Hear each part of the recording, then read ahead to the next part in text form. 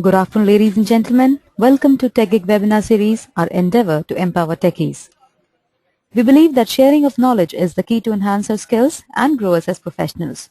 With this principle in mind, we have initiated a series of webinars conducted by industry experts to give you all a crisp insight of various domains.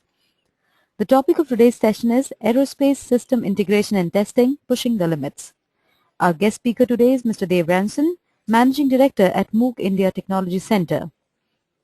Dave Ranson began his aerospace industry career in 1981 with MOOC Incorporation. In the ensuing 30-plus years, he has been responsible for developing leading-edge technology for several major aircraft programs. 15 of those years, he has worked as a senior manager, leading the design, development, and qualification of flight-critical aircraft components with responsibilities spanning the US, UK, Brazil, and India. Dave is a professional mechanical engineer registered in the state of California. His education includes a Bachelor of Science degree in Mechanical Engineering from the University of Southern California, an MS in Mechanical Engineering from the State University of New York at Buffalo, and a Presidential MBA degree from Pepperdine University. As Managing Director of the MOOC India Technology Center, Dave has guided the development of critical engineering competencies and a qualification test laboratory, as well as achieving AS9100 certification.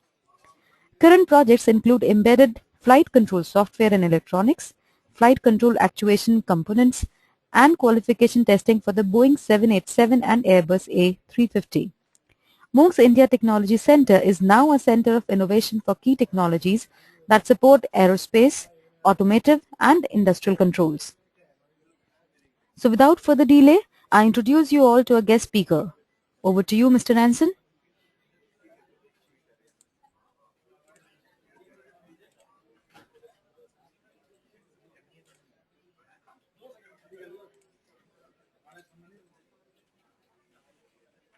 For you. I'd like to make this time valuable for each of you. I'm looking forward to sharing a little bit about the aerospace industry and also about possible careers in aerospace. Today we're going to focus on aerospace systems and integration and the testing, pushing the limits. Before we start though, I have a very important question for the engineers and the engineering students listening today. Your answer to that question could have a profound effect on your future. Why did you choose engineering instead of another profession? I'd like you to think about that while we're talking.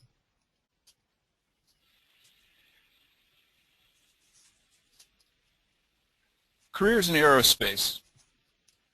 To get us started, I'd like you to think about, I'd like to give you some context for our discussion. During my 30 years of aerospace experience, I've been involved with 4 different aerospace companies, and I've enjoyed being with each of them. I'd like to share some of the things I've learned as we talk today. Also, I'd like to talk just briefly about Moog, the company I'm with today, to give you some understanding of the company. It's about 11,000 employees worldwide in 28 countries, 2.3 billion in sales U.S. last year, and probably over 2.4 billion this year. Moog is a worldwide designer, manufacturer, and integrator of precision motion controls. And that involves innovative technology solutions that show up everywhere. As you can see in this slide, there are applications of Moog solutions from military aircraft to space vehicles and even to the retractable dome at Wimbledon.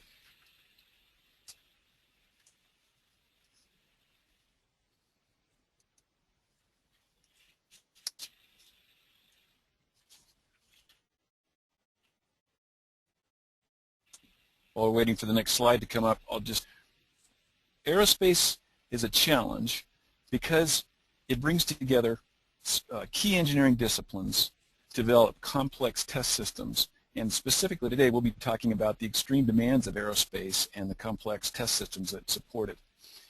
In aerospace, the drive is always for faster, lighter, stronger, and less costly in extremely cold and extremely hot environments. It's never an easy job. It requires engineers from almost every domain: mechanical, electrical, software. It requires control theory, all of these working together toward a common goal using a systems engineering approach.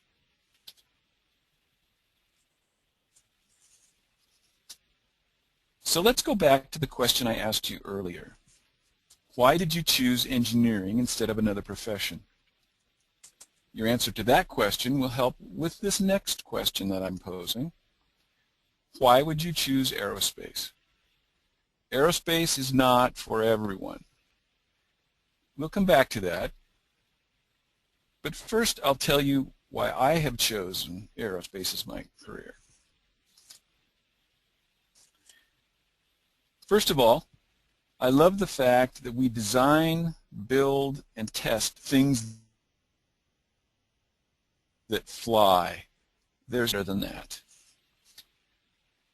Second, we design vehicles that can go anywhere.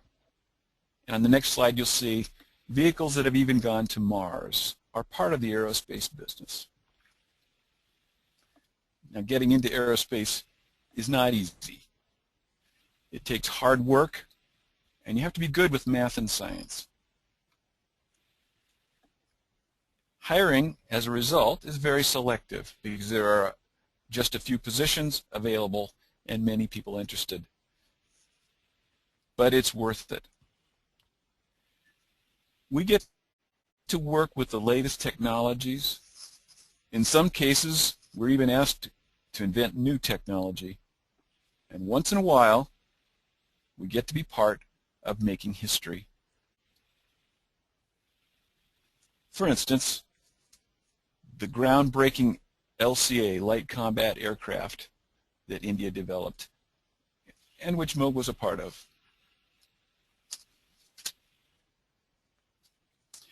But let's talk about a serious side of the business.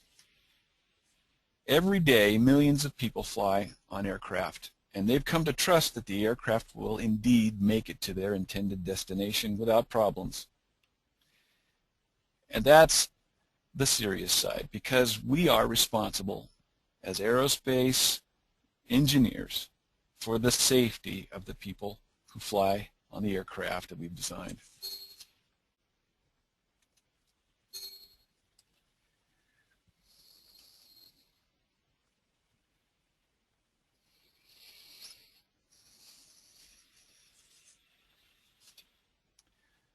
Sorry, folks, for the little technical difficulty. We'll get this back up in just a second here. There we go.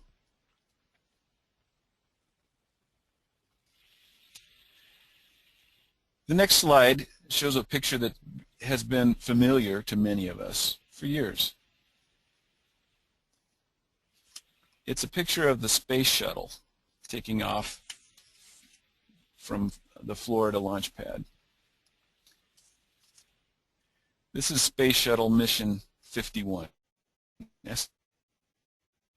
STS-51. No one knew that this flight would end in disaster, but it was, in fact, an inevitable surprise with terrible consequences, and it could easily have been prevented. O-ring damage noted as early as the second space shuttle flight, STS-2, was actually a criticality 1 failure which should have grounded the fleet. But because of pressure to maintain schedule, the engineers were asked to run special tests that tested the O-rings that had failed or were burnt at 3 times the pressure, and they made the decision to keep flying. This decision was clearly against the operational guidelines for the program.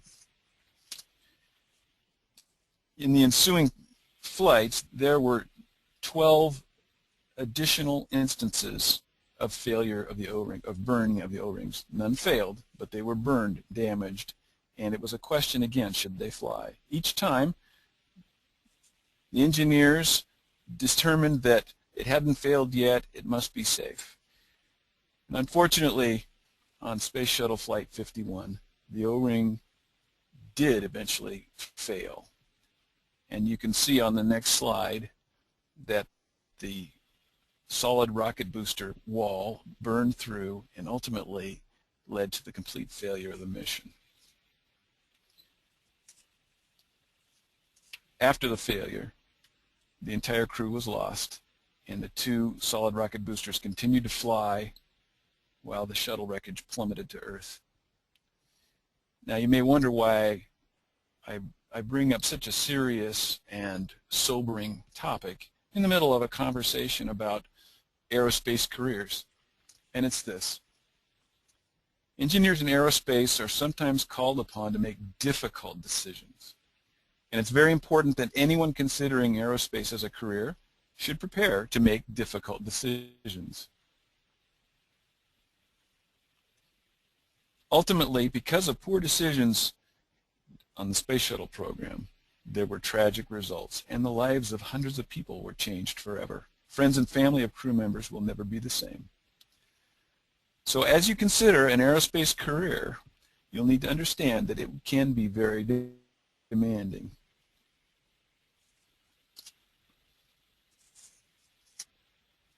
In aerospace, lives are at stake, and we take every precaution to make sure our products are as safe as possible. 90% right is not good enough. And that's why engineers are so important to this business. It's our job to design, build, and test products so that they're safe. And at the same time, to provide highest performance, the lightest weight, and the best cost that we can.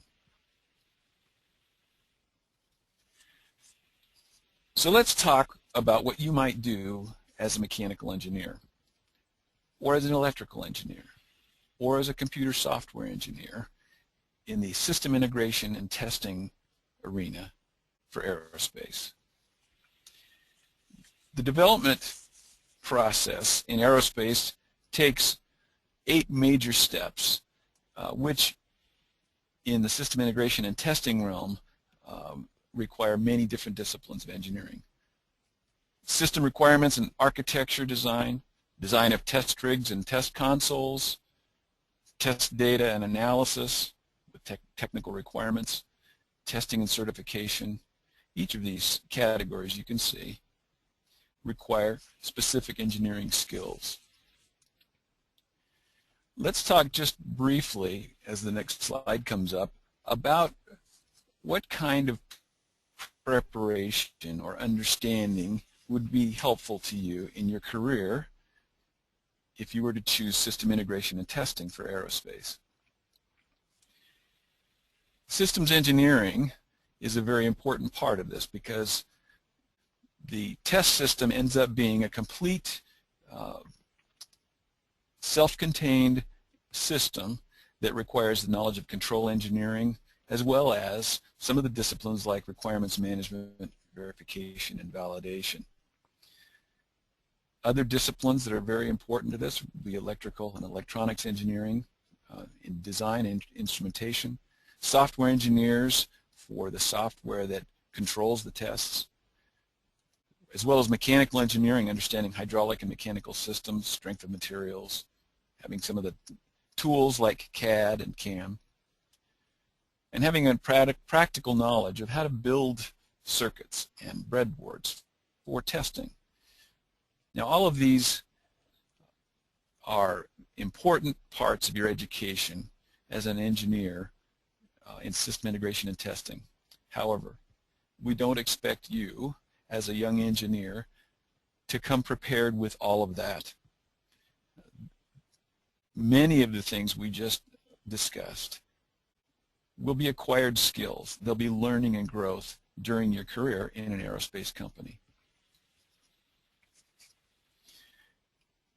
We're going to be going through a couple of slides rather quickly now that talk about the specific opportunities that you might find in different domains, as an electronics engineer perhaps, or a mechanical engineer, in the aerospace testing and system integration realm. For electronics, there'll be opportunities for design and development of test equipment. Things that are important to understand in that test equipment design would be hydraulic actuators, electromechanical actuators, pumps, hydraulic motors, electrical motors, electronic controls, the circuit boards and the controllers that they go into, all important to be able to design the optimum system to control a test system. The design and development of test interfaces, instrumentation and data acquisition is a whole other field using various platforms and languages. Those are things you could get experience with in a lab, perhaps in a university. Some of the communication data buses, RS-232, are familiar to many of you, but RS-422, 485, and then the Ethernet, Cat5 and Cat6 protocols. All important, but you don't have to come knowing all of this. A good knowledge of the fundamentals is your best bet.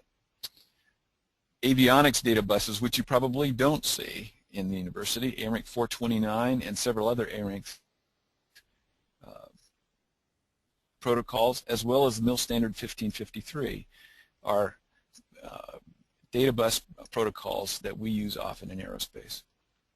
And then for electronics, there are many tools that are used for electronics design, including Allegro and several other products. Let's talk about software. In software for the aerospace business, there are two different domains. One is the embedded software that actually is designed for the flight control computer. The other is the software for the test equipment, for the test system. We'll be talking about the second type of software today. This is the type that's designed specifically for conducting tests of the electronics and the mechanical hardware as a system. For software, there are opportunities in designing automated test equipment software, LabVIEW, and also languages like Python use in the process. However, exposure to one or two of those is sufficient. You don't need to come with the knowledge of all of those. In fact, if you were to prepare yourself simply with a good solid knowledge of how to use MATLAB and Simulink for modeling, that would be a great place to prepare. Again, for software, understanding the different data protocols like the ARINC 429 or MIL 1553, the commercial protocols like RS-232, those will all be helpful. You have to know all of them. If you understand system and software integration, that'll be a real help, and that's something you perhaps explore in the lab at the university. Ultimately, we'll help you get a good understanding of acceptance testing, functional testing, qualification testing, and what those life cycles are about, and what the control systems need to look like for those applications. Ultimately, again, though, two types of software in aerospace. The type we're talking about today is for test equipment and test systems. There's another type of software, embedded software for the flight control computers, which Moog also designs, as do other aerospace companies. And we'll be talking about the software in our Tech Gig session next week. The next slide that comes up for you, I'm hoping you'll see it about now, is mechanical. For mechanical, the opportunities are primarily around the actual test fixtures that are used to put the components through the most rigorous of tests. And a mechanical engineer might be called to design and develop a large test fixture for a geared actuator or a hydraulic cylinder or a system of multiple LRUs, which is line replaceable unit. Many different disciplines go into that are all mechanical engineering related. Design and drafting of the test rigs and the assembly tools. Also designing the fixtures that are used to manufacture the parts. Modeling and drafting of a vibration fixture or a special test fixture for production. All could happen under the guidance of a mechanical engineer. There's also a great opportunity to work hands-on with these test rigs and the technology that we're testing in them, to work on the integration of the actual test unit that will go on an aircraft eventually with the test equipment. We'll be going to another slide now, and I think there may be a little bit of a delay. But the next slide is talking about integration. And I'll just talk a little bit about integration. The system integration and test domain is a unique position in the aerospace industry because it involves designing and developing and integrating an entire system. In many ways, the system integration and test domain is doing a smaller version of what the aircraft manufacturer does in creating a control system that acts in many ways like the control system on the aircraft.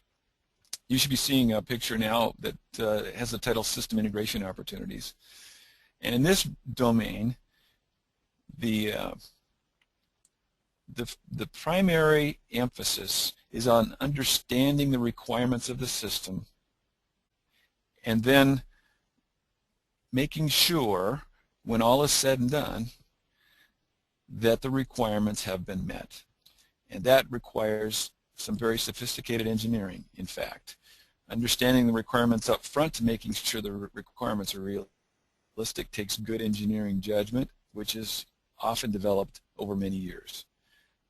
Learning to tune a control system, the spring mass damping systems that are present in any mechanical test system, takes some good basis in the knowledge of control theory and also some on-the-job experience. But when it's all said and done, the engineer who's responsible for system integration also is required to be able to document the fact that all the requirements were met so that there aren't any surprise requirements that would actually cause danger on the aircraft. The next slide, we're heading towards a discussion of career paths specifically in aerospace. And I'd like to talk with you now just briefly about the difference between an aerospace career and perhaps another type of a career still in engineering. Aerospace careers offer a unique opportunity because although there are the aerospace field is much smaller and there are fewer people hired, there's a unique opportunity, especially in companies like Moog in aerospace, because the technical career path is valued just as highly as the managerial path. At Moog, and in some other aerospace companies, in my experience, the designation principal engineer is respected and compensated as highly as an engineering section head. The message there is, in aerospace, you can be very successful as a techie.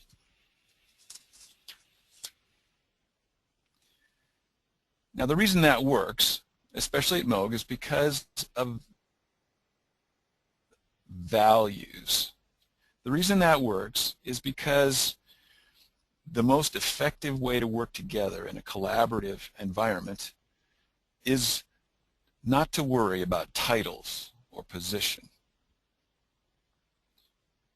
The strengths of an aerospace environment in many cases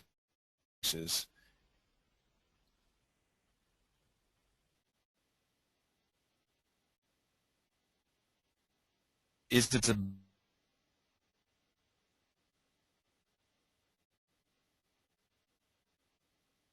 about competence or an experienced engineering manager. Both gain respect for being good at what they do.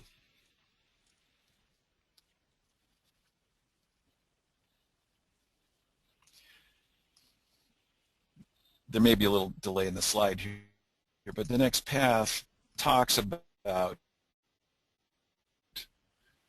the challenge of the technical path in space. It's not an easy path. It requires the products, and it requires engineering judgment. And both of these come only with experience.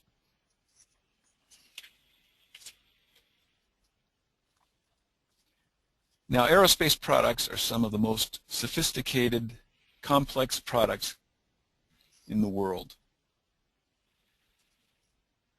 The process that we use to design, develop, and certify those products usually lasts at least 3 years and is often 5 years.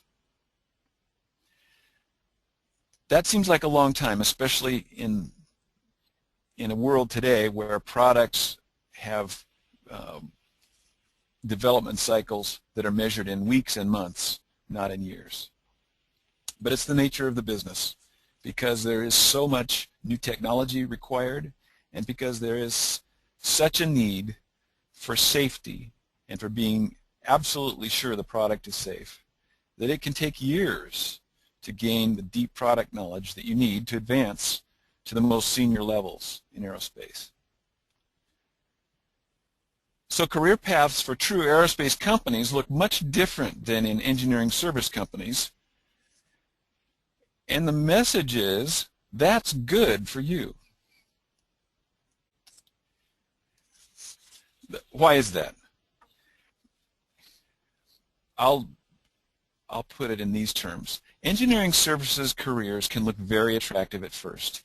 And in fact, there are challenges, and that's a good career path for some. But I'd like to offer that for a very few in the audience, that may not be what you choose.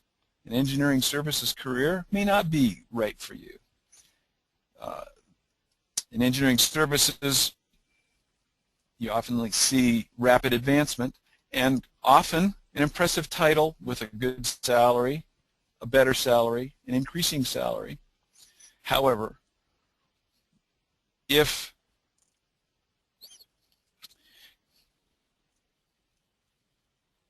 you're not careful, you can find yourself in a place where the advancement opportunities have become limited and the salary increases have become less attractive.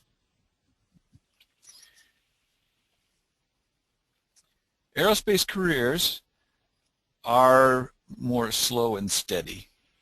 I guess that would be the phrase I would use. An aerospace career will start out with a competitive salary in the region, and there will be the freedom to learn and grow deep in your domain as you grow in your career. There will be solid, steady growth in salary. But because of the need for significant experience to get to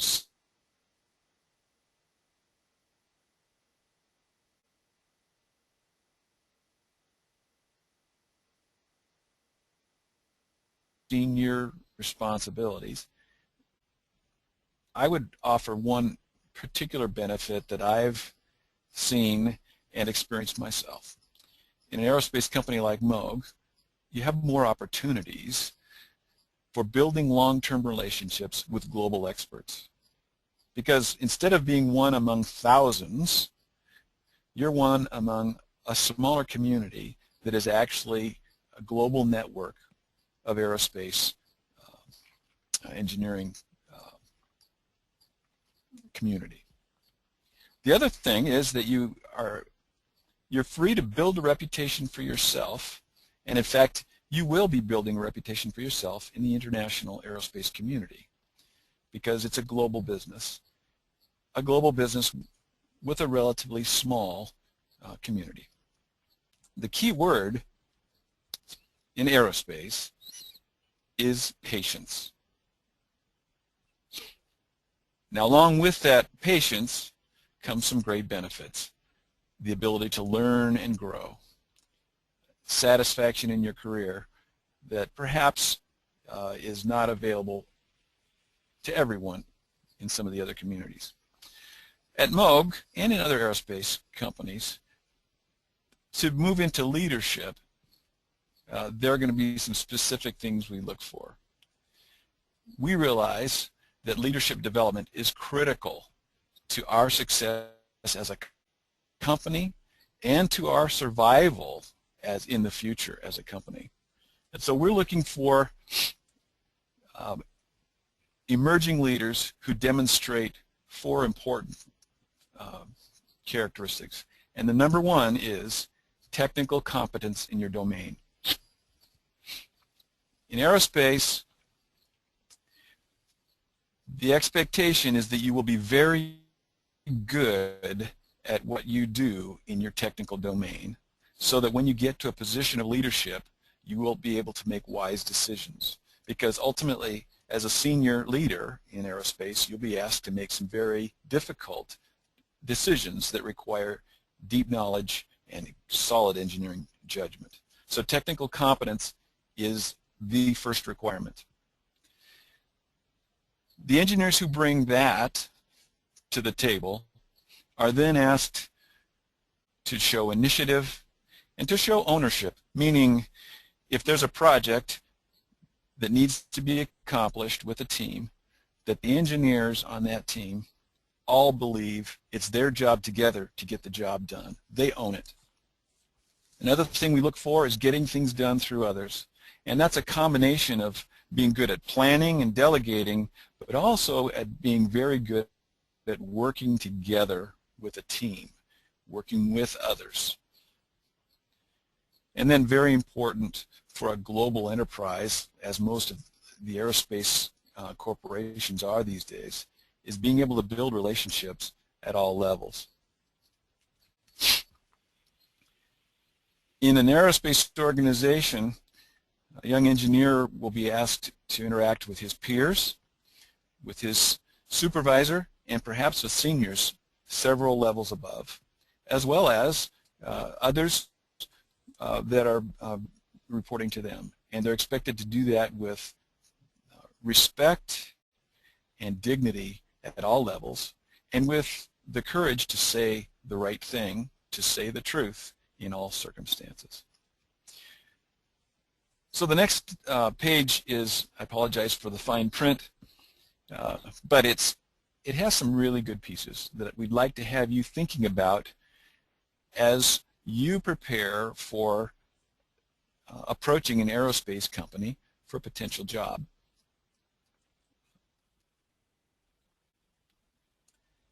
What would we like to see from young engineers? We would like to see an eagerness to learn. We'd like to see someone who really enjoys the prospect of learning and wants to grow. Because the initial few years of a career are very important learning times, and in fact set the pattern for learning through the entire career. We'll come back to it later, but learning never stops in aerospace. Self-motivation, that goes along with the initiative and ownership that I mentioned in the previous one. we'd like to be able to see that you really are taking action to make things happen. Leadership. If you've been able to demonstrate leadership in some other area, like organizing an event for a large group of people, that would be a great thing to bring as a demonstration of leadership potential. Inspiring others. Inspiring others to be better by example and by encouragement is a very important thing. Is a leadership by example, not by coercion. Literary skills.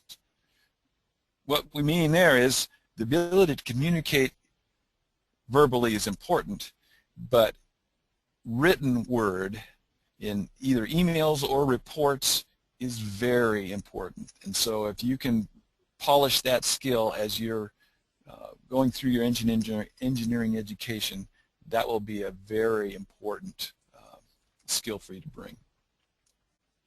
The last piece perhaps is the most important one, though. Ultimately, in aerospace, we love what we do, and that's what drives us to excel. And we really do look for young colleagues who bring that same passion.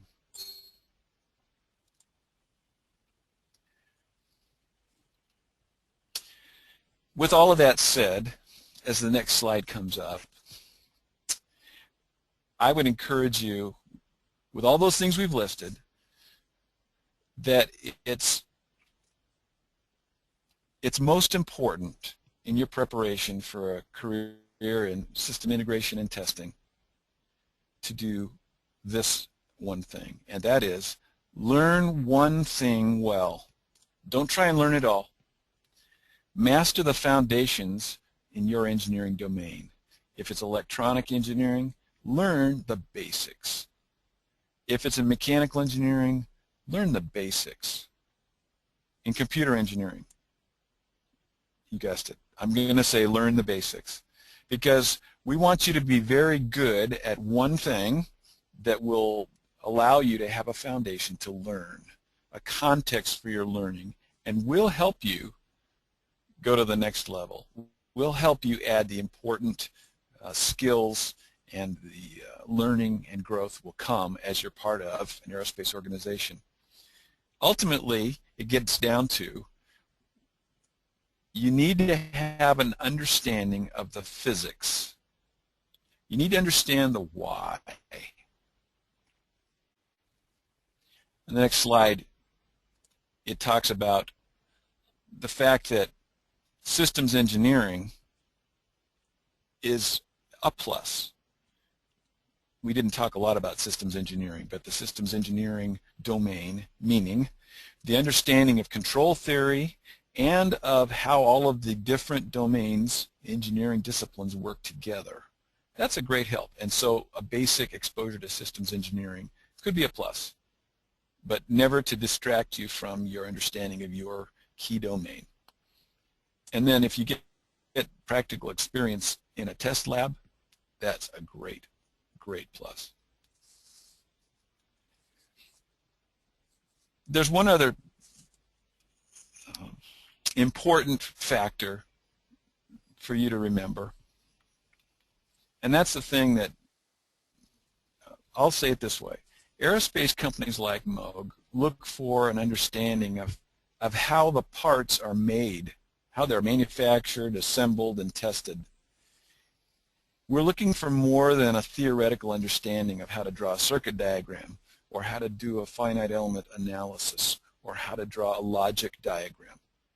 We're looking for young men and women who want to understand the solutions that are grounded in an understanding of how parts are made.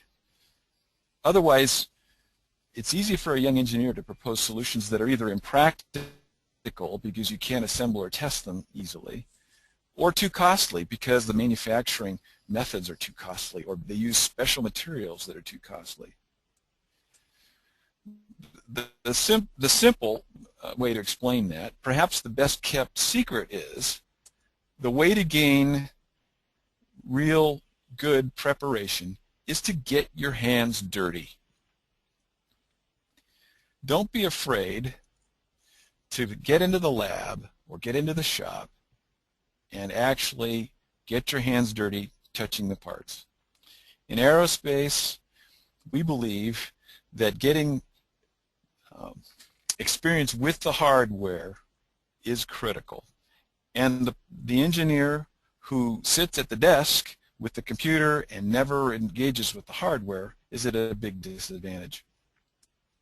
We'd encourage you to take training in manufacturing technology to learn how things are made. We'd encourage you to, if every opportunity you get, to work with the shop and the lab and understand the challenges that are faced there.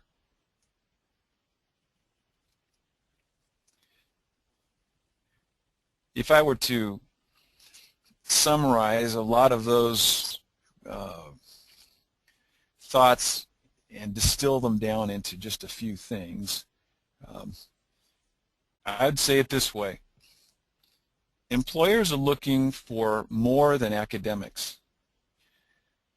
Your exams are very important, and we would expect that you'll be very good at your academic subject. And because of the competition for joining the companies, the higher scores will actually give you a higher visibility in the recruiting process.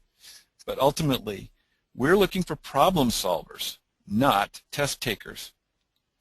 The problems that we have to solve in aerospace require a fresh perspective, not the textbook answer. So the most important thing for your career success is to stay curious. Start with the foundations and stay curious, and the rest will come.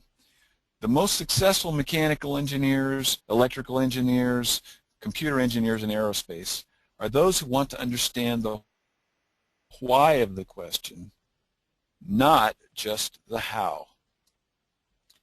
The most important thing, stay curious.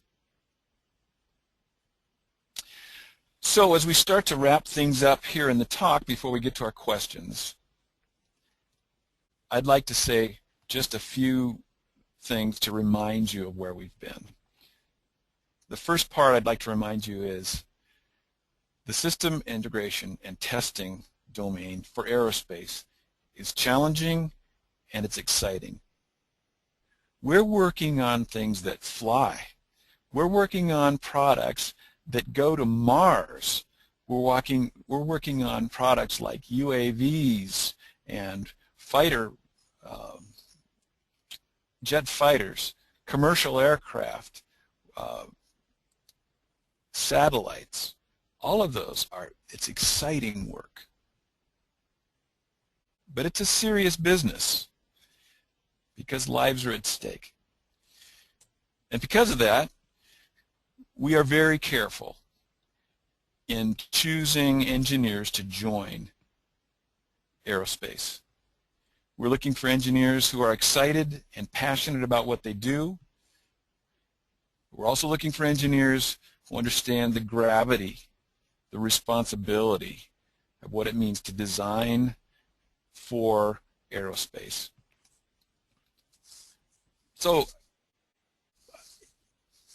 as we conclude, I would encourage you, as you prepare for perhaps a system integration and testing career in aerospace, I would encourage you to learn one thing well.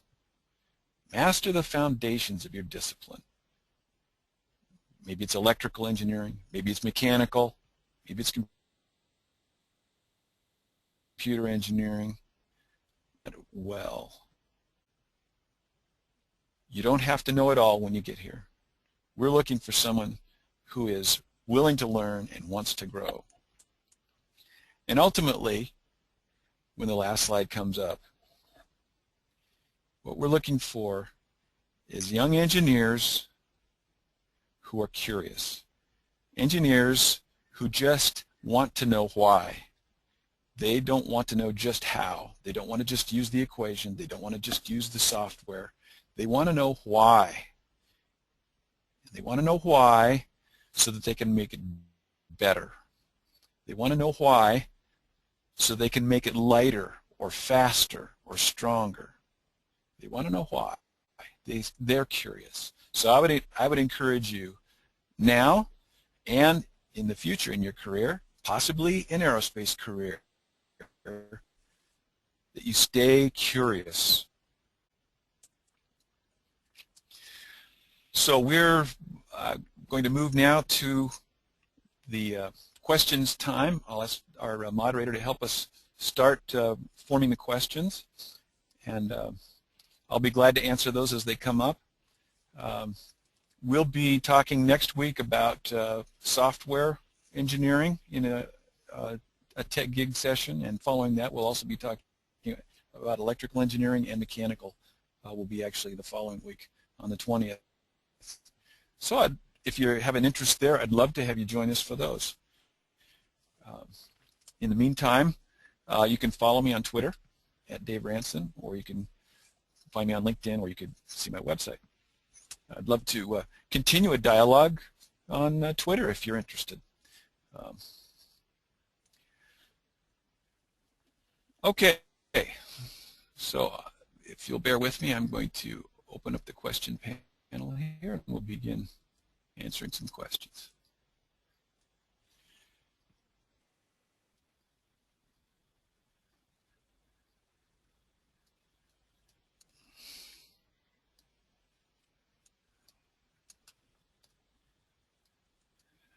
I'm not sure why we're stuck here. Sorry about that.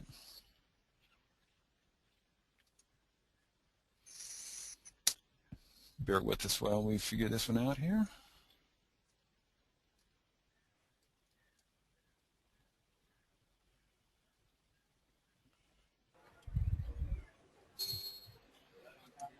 Okay.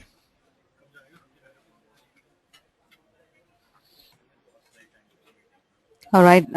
Thanks for the insightful presentation, Mr. Ranson. Let's quickly take up the questions now. The questions are there in your questions pane. You can read out the questions and their answers so that all our users may listen to the commendable insights.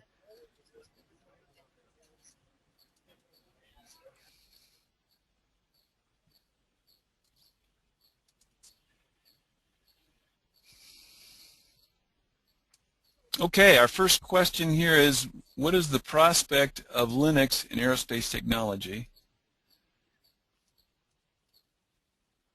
And what kind of communication protocols are generally used in aerospace?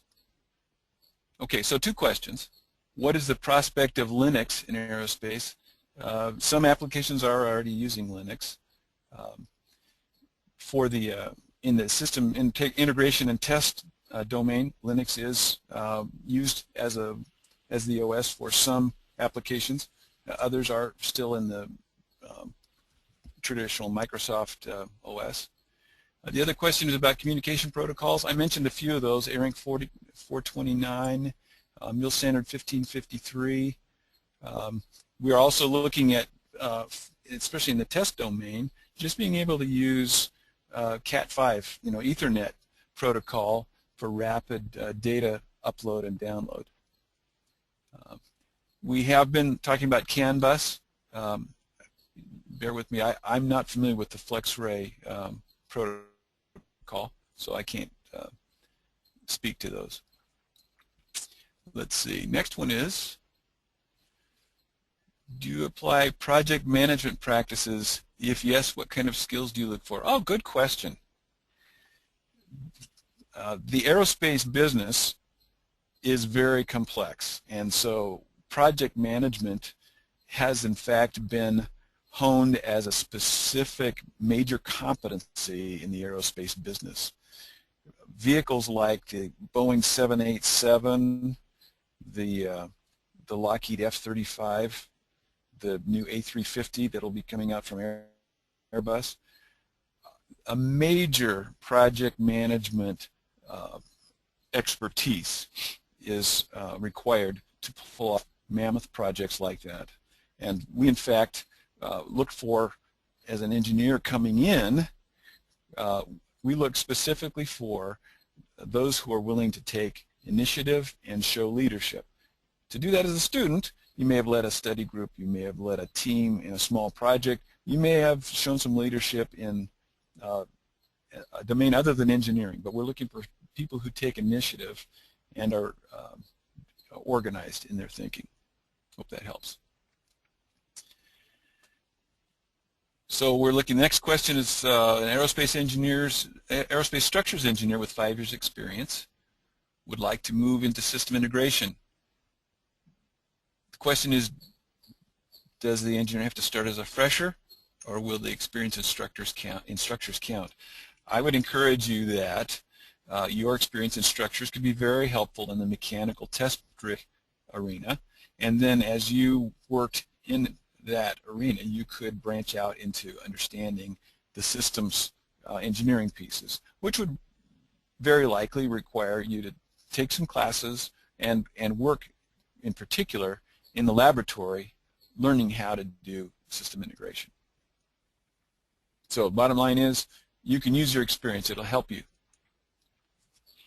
Next question, Sujit Prasad is asking, what testing tools should an engineer be aware of for testing in aerospace? I think this is probably dependent on the aerospace company, and we are, and I think other companies would be as much interested in the ability to understand the concepts as we would a specific tool. So, for instance, there's a group, the large community for the National Instruments product LabVIEW, and that couldn't hurt you to have that kind of experience, but it's not mandatory. There are other packages that do similar things. We use DSpace occasionally and for specific applications. So I wouldn't worry so much about getting a whole lot of experience in a particular testing tool. Shruti Kushik is asking, what's the difference between engineer and technicians in the aerospace team? Good question. So aerospace is, in fact, I think, very unique in that there are specific capabilities that each team member brings to the team.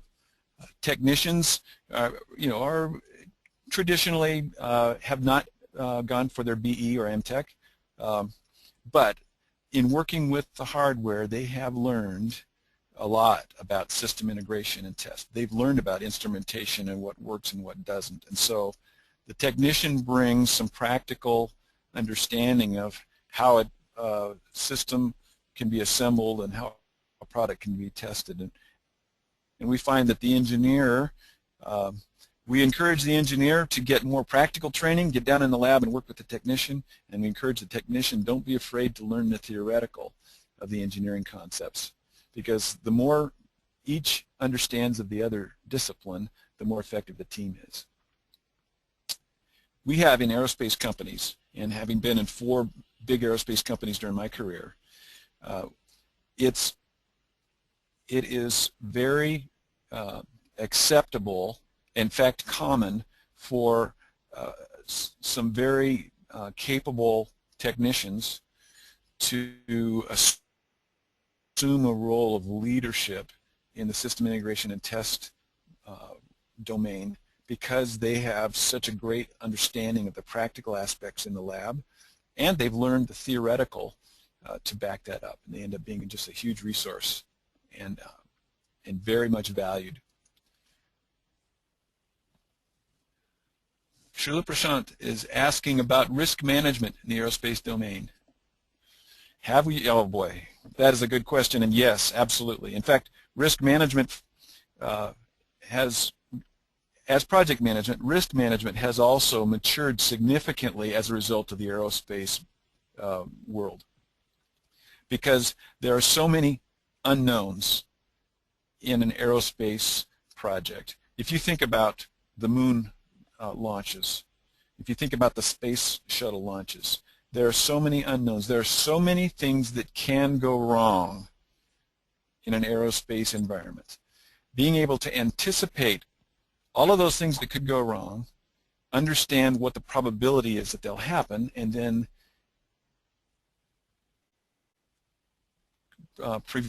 providing strong risk mitigation actions is a critical part of our aerospace business. So that was an insightful question. It's a very big part of aerospace. Stanley Chaco is asking what type of system integration and test facilities are available at MOG India, and does MOG look forward to airworthiness and certification domain, especially does MOG plan to utilize the BASA between FAA and DGCA India? That sounds like a question from someone who knows a little about aerospace. I think there are a couple of questions there. The first one is, what type of facilities are available at MOG India? And so MOG has a technology center in Bangalore, and we have full mechanical and electronic qualification facilities for FAA certification of commercial aircraft systems.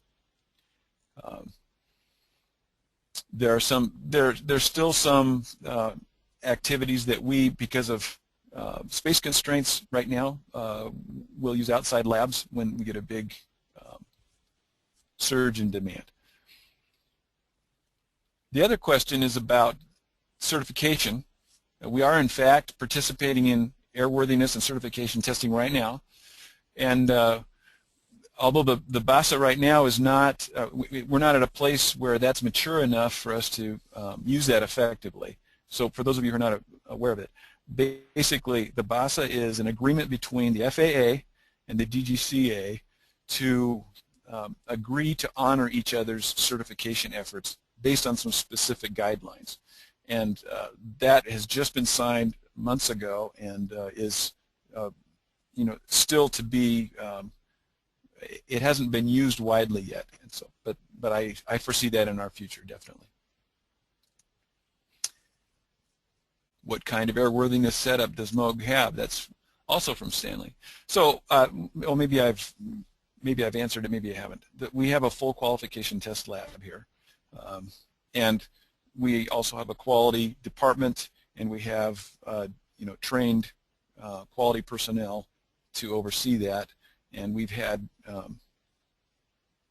major customer visits for certification activities to make sure the customers understand our capabilities, and we've had good reports. Okay. Rushikesh Sahu, the question he's asking, what are the disadvantages of being in the aerospace industry? Oh, there's a good question. Yeah, that's a tough one. Okay, now you have to realize this is coming from somebody who's been in the aerospace industry for 31 years, so I might be a little bit biased. But I also might have a really good perspective, so let me see how I can help you with that.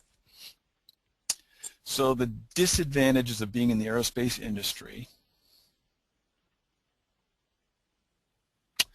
I would have to say it goes back to the question I asked you earlier. The question I asked you earlier is, why did you choose engineering? If you chose engineering because you love to solve problems, you love new technology, you love inventing things, you love the fact that you can advance without becoming a manager, then aerospace is a beautiful fit. If you chose engineering because your goals are to have a very high salary and an impressive title, which is it's a fine goal. If that's the reason you got into engineering, because engineering can provide that in some companies, then aerospace is not going to be as advantageous to you because it'll be slow and steady. The aerospace business will allow you to grow slow and steady, always earning a good income, and eventually having a much higher potential in the mid-career than in engineering services. And also being able to have establish a reputation for yourself internationally in aerospace. Difficult to do in some of the other sectors where you're one of thousands. Hope that helps. Main challenges in the aerospace system integration. Shulu Prashant. Okay, main challenges. I think the main challenge that we talked about is the one I would identify here, and that is being absolutely sure that we are making sound engineering decisions regarding the safety of the product. Because ultimately, we are going to be innovative. We are going to push the limits. We're going to test. It's our job in the certification part to actually find out where the system will break. We're going to do all of those things. But the biggest challenge is making sure the product is safe and will remain safe for its entire service life. Here's another question from Rushikesh, and you're asking about, without air traffic control, what is the minimum descent rate you can descend the plane? Well, you found the question I can't answer. Although I do aspire to become a pilot, I have not had pilot training yet. I do know, though, that depends on where you're descending from and what aircraft you're in. If you're at 15, 20,000 feet, then the descent rate is different than if you're coming from up at the higher elevations. I'll bet you could find that on the internet. I'm not sure if you could trust the answer. There's probably a Wikipedia article on that. Okay, this is Shalo Prashant again asking, what type of standard used in quality assurance of the space shuttle parts? Oh, that's a good question. I'm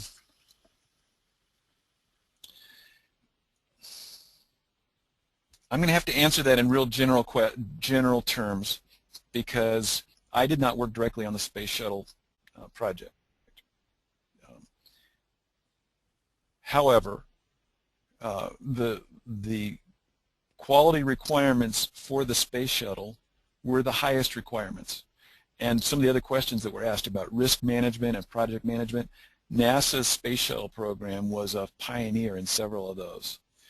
And that damaged O-ring was identified early on as a failure that was critical to flight safety and should have grounded the fleet.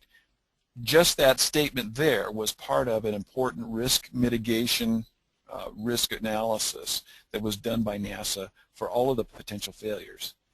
And it just points out the fact that the quality assurance system is only as good as the decisions are made by the people who are working in the system.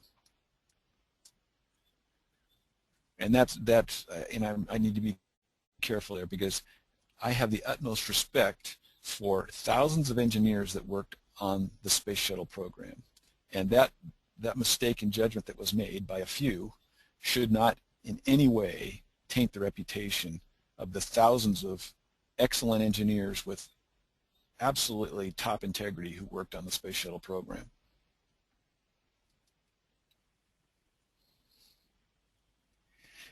Okay, here's a good question. How many levels of testings are needed in aircraft launch? I'm going to have to tell you only the part that I'm familiar with, and that is the part that is related to the systems and the hardware that an aerospace company, what we're called a Tier 1 company, provide to the main companies that are building the actual aircraft. So Moog is a Tier 1 supplier to Boeing, to Lockheed, to Northrop Grumman, to Airbus, and so we don't have visibility of all of the testing that happens prior to launch. I'm assuming you're talking in terms here of a space launch, and whether it's space or aircraft, at an aerospace company like Moog, there are several levels of testing. First,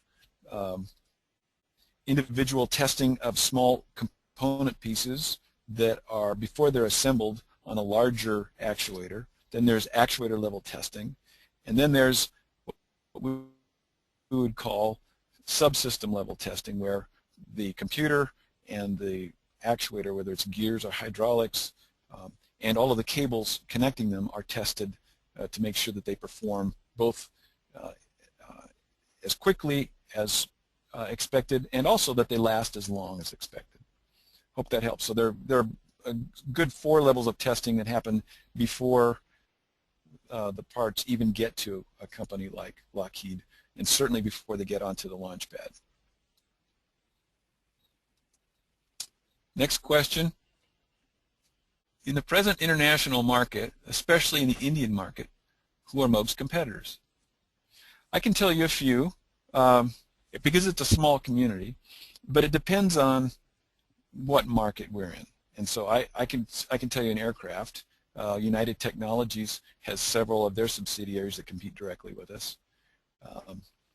There's a company in Europe called Liebherr that competes with us in some cases. There's a company called Parker Hannifin that competes with us. Yeah, so those are the kinds of names that you'll typically see building the kind of hardware that we build. We're on just about every aircraft in the West that's flying today. Next one is from Stanley. Please elaborate current aircraft projects that Moog India is currently involved. Okay, well, I can tell you a couple. I can't tell you all of them, but I can tell you a couple of them. We are involved in the A350, and we also are involved in the Boeing 787. There are several other programs going on here too. But as you can understand, there are some things that I wouldn't talk about in public. We're excited to be, in just 5 years now, doing qualification, certification testing for major commercial aircraft.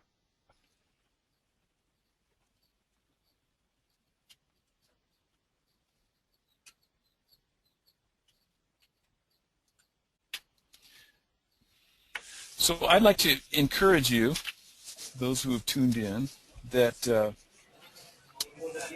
aerospace business offers you some unique opportunities, and I'd love to continue the dialogue. You can follow me on Twitter, Dave_Ransom, and we can continue the conversation. I guess we're ready to hand it back to our moderator. All right. Thanks, Mr. Ranson, for your session on aerospace system integration and testing, pushing the limits. It was indeed a great session. I would also like to thank all our participants for their support in making this webinar a success. The recording of the webinar will be available on techgeek.com by tomorrow. Thank you all once again for the great session. Thank you, Mr. Dave Ranson. Have a good day. And thank you for moderating. Thank you for moderating. You did a wonderful job. Thank you, guests, for the great questions. Look forward to crossing paths with you in the future. All right. Thanks. Have a great day.